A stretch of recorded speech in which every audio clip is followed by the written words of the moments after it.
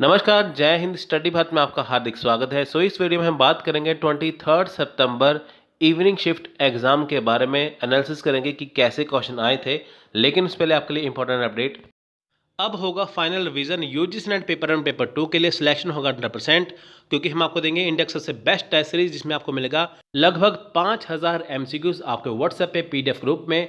Paper 1 की cost है 99 rupees और पेपर 2 की कॉस्ट है 99 रुपीज़। ये सब्जेक्ट यहाँ पे लिखे हैं। बिना देर करिए अपना फ़ोन उठाइए, इस नंबर पे कॉन्टैक्ट व्हाट्सअप करिए। आपको लिखना है 99 रुपीज़, आपको पूरी जानकारी मिल जाएगी। करिए बेस्ट तैयारी, बेस्ट। चलिए स्टार्ट करते हैं। पेपर 1 में देखिए, मैं इवनिंग शिफ्ट की बात करूं तो टीचिंग एप्टीट्यूड में देखिए टीचिंग मेथड्स है, स्वयं है, इनमें से क्वेश्चन आए थे। रिसर्च एप्टीट्यूड में देखिए रिसर्च मेथड्स, रिसर्च टाइप्स और असर्शन रीज़न का क्वेश्चन था। ठीक है, तो as compare to another shift, ये जो एग्ज़ाम हुआ था मॉर्निंग इवनिंग का, ये थोड़ा सा टफ था पेपर 1 के लिए। कॉम्पिटिशन देखिए सुबह भी हार्ड लेवल था और शाम को भी हार्ड लेवल ही आया था। कम्युनिकेशन में देखिए बैरियर्स ऑफ कम्युनिकेशन, ठीक है, और कम्युनिकेशन की टाइप्स आई थी। यूनिट 5 देखिए मैथमेटिकल रीजनिंग एंड एप्टीट्यूड में डायरेक्शन साइंस था, परसेंटेज, स्पीड एंड डिस्टेंस ये था। लॉजिकल रीजनिंग में देखिए फैलेसीज, अनुमान, लॉजिक, ये वाले क्वेश्चन थे।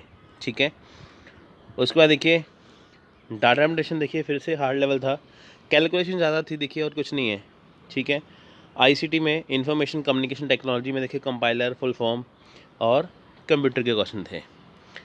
पीपल डेवलपमेंट एनवायरनमेंट में एनवायरमेंटल इशू, नेचुरल हैजार्ड्स और पोल्यूशन से क्वेश्चन था। हायर एजुकेशन देखिए स्कीम, इंस्टीट्यूशन, ठीक है, और नेशनल एजुकेशन पॉलिसी से क्वेश्चन था। नेशनल एजुकेशन पॉलिसी आपको करके जानी है, इसमें से आराम से क्वेश्चन आ रहे हैं। CD एस्पायरल रीड ओनली और राइट ओनली, ठीक है, तो यहाँ पे बताना था कि जो रीड ओनली मेमोरी या राइट ओनली मेमोरी, इनमें से क्या है, ऑप्शन दिए थे। तो देखिए जो CD रोम है वो है रीड ओनली मेमोरी। ठीक है, CD रोम क्या होती है, रीड ओनली मेमोरी होती है। ठीक है, CD जो रोम है वो है read only memory.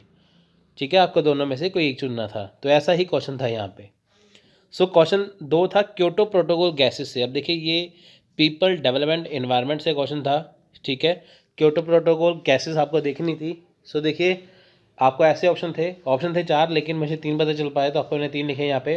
SO2, CO2, ठीक है, CH4, तो एक और था। तो इनमें से आपको क्वेश्चन का आंसर ढूंढना था क्योटो प्रोटोकॉल गैसेस का। ठीक है, क्योटो प्रोटोकॉल में गैसेस कौन कौन सी रखी गई हैं। देखिए यहाँ पे 6 कैटेगरी है।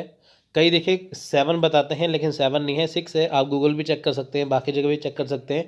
तो 6 कैटेगरी है गैसेस की जो क्योटो प्रोटोकॉल के अंदर है। ठीक है, जो कि ग्रीन हाउस गैसेस है। ठीक है, ग्रीन हाउस गैसेस कौन सी है क्योटो प्रोटोकॉल में? 6 कैटेगरी हैं।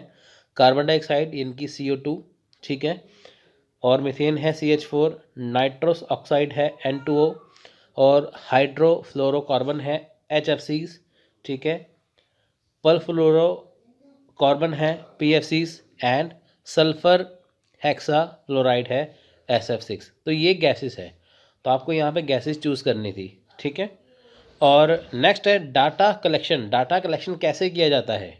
ठीक है, ये क्वेश्चन था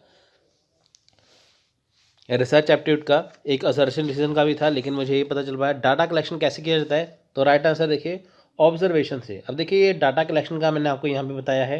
डाटा कलेक्शन कैसे किया जाता है? देखिए डाटा आप कलेक्ट कर सकते हैं इंटरव्यू से, ठीक है, क्वेश्चन से, सर्वे से, ऑब्जर्वेशन से, डॉक्यूमेंट एंड रिकॉर्ड से, फोकस ग्रुप से या ओरल हिस्ट्री से आप डाटा इकट्ठा कर सकते हैं। तो इसका आंसर था यहाँ पे ऑब्जर्वेशन। ठीक है, आफ्टर इंडिपेंडेंस फर्स्ट कमीशन, यानी कि भारत की आज़ादी के बाद 1947 के बाद पहली कमीशन कौन सी बनी थी?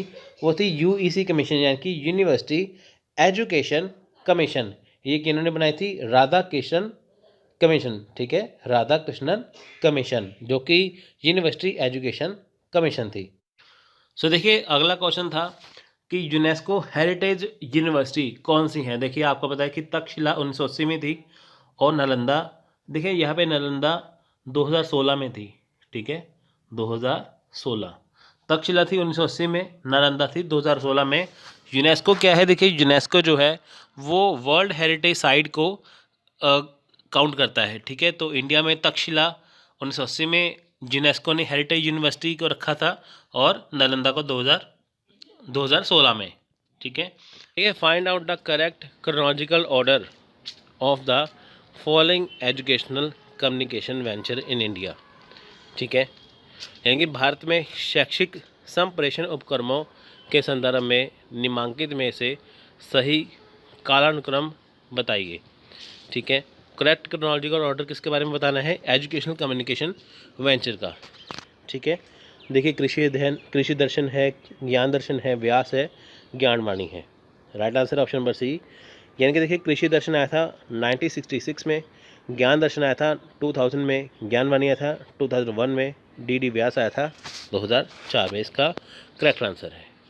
सो question number 8, in case of which of the following primary pollutants the man made contribution of global emission, जो कि मिलियन ऑफ टन्स होता है per year, is more compare to the that from natural sources.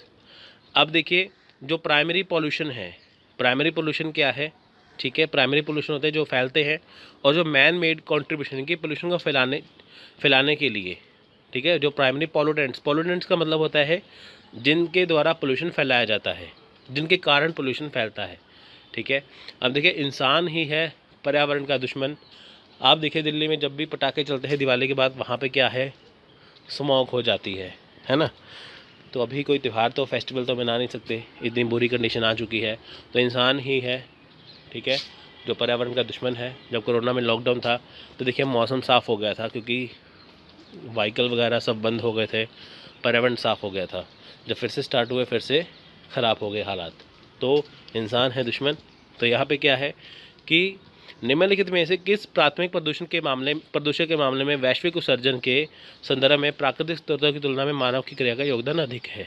यानी कि इंसान के द्वारा कौन सा पोल्यूटेंट ऐसा है जो पर्यावरण के लिए खतरा है, वो है सल्फर डाइऑक्साइड, ठीक है। In which was the global emission contribute more to human action that natural sources. अब देखिए ये क्या है, जो सल्फर डाइऑक्साइड है ना, वो ओजोन लेयर को डिप्लेट कर रही है, पतला कर रही है, ठीक है। क्योंकि ओजोन लेयर के साथ जाके ये चिपक जाती है, चिपकने के साथ क्या है वो पतली होनी शुरू हो गई है, ठीक है। सो सल्फर डाइऑक्साइड देखिए जब हम व्हीकल वगैरह चलाते हैं, जब उनसे साइलेंसर से धुआं निकलता है, वो सल्फर डाइऑक्साइड उसमें से निकलती है, ठीक है। सो ISP की फुल फॉर्म क्या है। अब देखिए बहुत सारी फुल फॉर्म आती हैं, ये भी आ सकती है ISP की फुल फॉर्म, ठीक है। इसकी फुल फॉर्म है option number A, internet service provider. अब देखिए इंटरनेट से बहुत क्वेश्चन आते हैं ICT से।